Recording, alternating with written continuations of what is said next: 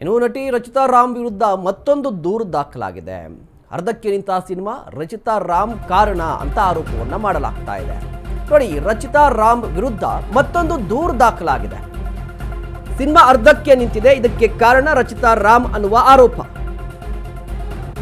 ರಚಿತಾ ರಾಮ್ ವಿರುದ್ಧ ನಿರ್ಮಾಪಕಿ ಆರೋಪವನ್ನ ಮಾಡಿರುವಂಥದ್ದು. ಈಗಾಗಲೇ ಫಿಲಂ ಚೇಂಬರ್ಗೂ ಕೂಡ ದೂರನ್ನ ಕೊಟ್ಟಿದ್ದಾರೆ. ವಿಜಯಲಕ್ಷ್ಮಿ ಫಿಲಂ ಚೇಂಬರ್ಗೆ ಈಗಾಗಲೇ ದೂರು ಕೂಡ ಸಲ್ಲಿಕೆ ಮಾಡಿದ್ದಾರೆ.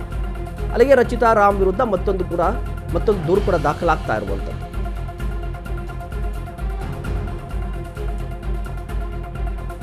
ಸಿನಿಮಾ ಅರ್ಧಕ್ಕೆ ನಿಂತಿದೆ.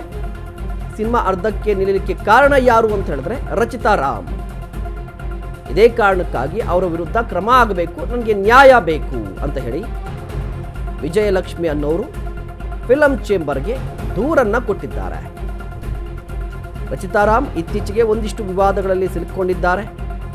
ಈಗ ವಿವಾದಗಳಿಗೆ ಸಂಬಂಧಪಟ್ಟಂತೆ ಈಗ ಮತ್ತೊಂದು ದೂರು ಕೂಡ ದಾಖಲಾಗಿರುವಂಥದ್ದು. ನೋಡಿ, ಒಂದು ಸಿನಿಮಾ ಅಂತ ಹೇಳಿದ್ರೆ ಸಿನಿಮಾ ಪೂರ್ತಿ ಆಗೋವರೆಗೂ ಕೂಡ ಒಂದಿಷ್ಟು ಜವಾಬ್ದಾರಿ ಇರುತ್ತೆ ನಟರಿಗೂ ಮತ್ತು ನಟಿಯರಿಗೂ ಕೂಡ. ಇದ್ರ ಜೊತೆಗೆ ನಿರ್ಮಾಪಕಿ ಅಥವಾ ನಿರ್ಮಾಪಕರು ಅಂತ ಹೇಳಿದ್ರೆ, ಪ್ರೊಡ್ಯೂಸರ್ಸ್ ಅಂತ ಹೇಳಿದ್ರೆ, ಅವರು ಸಾಲ ಸೂಲ ಮಾಡಿನೋ ಬೇರೆ ಬೇರೆ ರೀತಿಯಲ್ಲಿ ಹಣವನ್ನು ಸಂಗ್ರಹಿಸಿರ್ತಾರೆ, ಸಾಲ ಮಾಡಿಕೊಂಡು ಸಿನಿಮಾ ಮಾಡ್ತಾ ಇರ್ತಾರೆ. ಬಟ್ ಏಕಾಏಕಿಯಾಗಿ ಈ ಸಿನಿಮಾ ನಿಂತುಬಿಟ್ರೆ ನಟ ನಟಿಯರಿಗೆ ಏನು ಕೂಡ ಲಾಸ್ ಆಗಲ್ಲ, ಬಟ್ ನಿರ್ಮಾಪಕಿ ಅಥವಾ ನಿರ್ಮಾಪಕರಿಗೆ ಲಾಸ್ ಆಗುವಂಥದ್ದು. ಇದೇ ಕಾರಣಕ್ಕಾಗಿ ಈಗ ವಿಜಯಲಕ್ಷ್ಮಿ ಅವರು ಫಿಲಂ ಚೇಂಬರ್ ಮೆಟ್ಟಿಲು ಕೂಡ ಹೇಳಿರುವಂಥದ್ದು.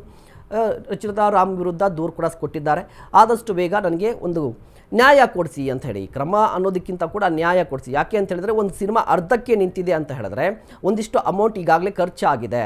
ಹಾಗಾದ್ರೆ ಅರ್ಧಕ್ಕೆ ಸಿನಿಮಾ ಯಾಕೆ ನಿಂತಿದೆ ಅಂತ ಹೇಳಿದ್ರೆ ರಚಿತಾ ರಾಮ್ ಅವರು ಕಾರಣ ಅಂತ ಹೇಳಿ. ಉಪ್ಪಿ ರುಪ್ಪಿ ಚಿತ್ರದಲ್ಲಿ ನಟಿಸಲಿಕ್ಕೆ 9 ವರ್ಷದ ಹಿಂದೆ 15 ಲಕ್ಷ ರೂಪಾಯಿಯನ್ನ ರಚಿತಾ ರಾಮ್ ಅವರು ಪಡೆದಿದ್ದರು. ಉಪೇಂದ್ರ ಅವರು ನಾಯಕರಾಗಿದ್ದರು ಉಪ್ಪಿ ರುಪ್ಪಿ ಸಿನಿಮಾಗೆ. ಆಗ ಒಟ್ಟು 23 ಲಕ್ಷ ಸಂಭಾವನೆಯಲ್ಲಿ 15 ಲಕ್ಷ ರೂಪಾಯಿ ಅಡ್ವಾನ್ಸ್ ಅನ್ನ ಪಡೆದಿದ್ದರು. 25% ಶೂಟಿಂಗ್ ಬಳಿಕ ಅರ್ಧಕ್ಕೆ ನಿಂತಿದ್ದಂತಹ ಸಿನಿಮಾ ಇದು.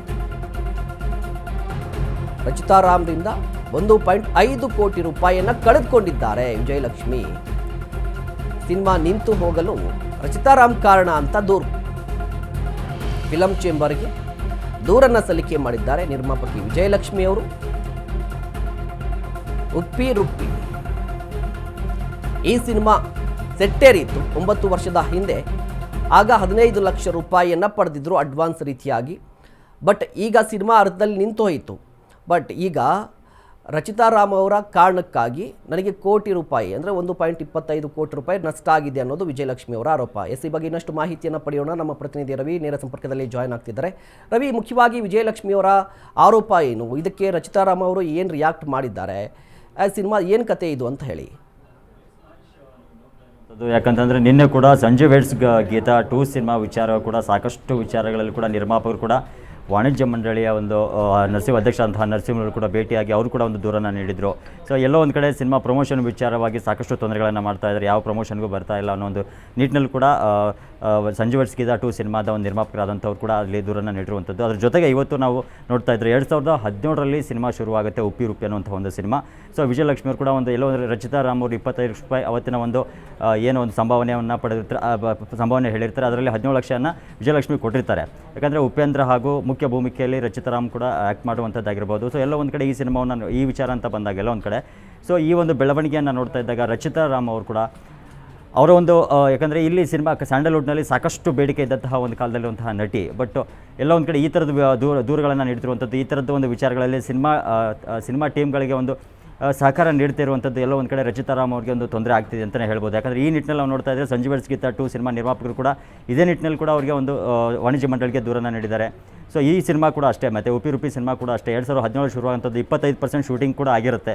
ಅದಾದ ನಂತರದಲ್ಲಿ ಕೆಲವೊಂದಿಷ್ಟು ಸಮಸ್ಯೆಗಳಾಗುತ್ತೆ. ಬಿಟ್ಟು ಎಲ್ಲ ಒಂದು ಕಡೆ ರಚಿತಾ ರಾಮ್ ಅವರು ಈ ನಿಟ್ಟಿನಲ್ಲಿ ಒಂದು ಕಡೆ ಕರ್ನಾಟಕ ಚಲನಚಿತ್ರ ವಾಣಿಜ್ಯ ಮಂಡಳಿ ಅಧ್ಯಕ್ಷರಾದಂತಹ ನರಸಿಂಹ ಅವರು ಮುಂದೆ ಯಾವ ರೀತಿಯಾಗಿ ನಿರ್ಧಾರವನ್ನು ತೆಗೆದುಕೊಳ್ತಾರೆ ಅಂತ ಕಾದು ನೋಡಬೇಕಾಗಿದೆ. ಮಹೇಶ್, ರವಿ, ನೋಡಿ, ವಿಜಯಲಕ್ಷ್ಮಿ ಅವರ ಆರೋಪ ಏನು? ಸಿನಿಮಾ ಅರ್ಧಕ್ಕೆ ನಿಂತಿದ್ದಕ್ಕೆ ರಚಿತಾ ರಾಮ್ ಅವರೇ ಕಾರಣ ಅಂದರೆ ಯಾವ ರೀತಿಯ ಕಾರಣ ಆಗಿದ್ರು ಅಂತ ಹೇಳಿ, ಮತ್ತು ರಚಿತಾ ರಾಮ್ ಅವರು ಇದ್ರ ಬಗ್ಗೆ ಏನಾದರೂ ರಿಯಾಕ್ಟ್ ಮಾಡಿದ್ದಾರಾ?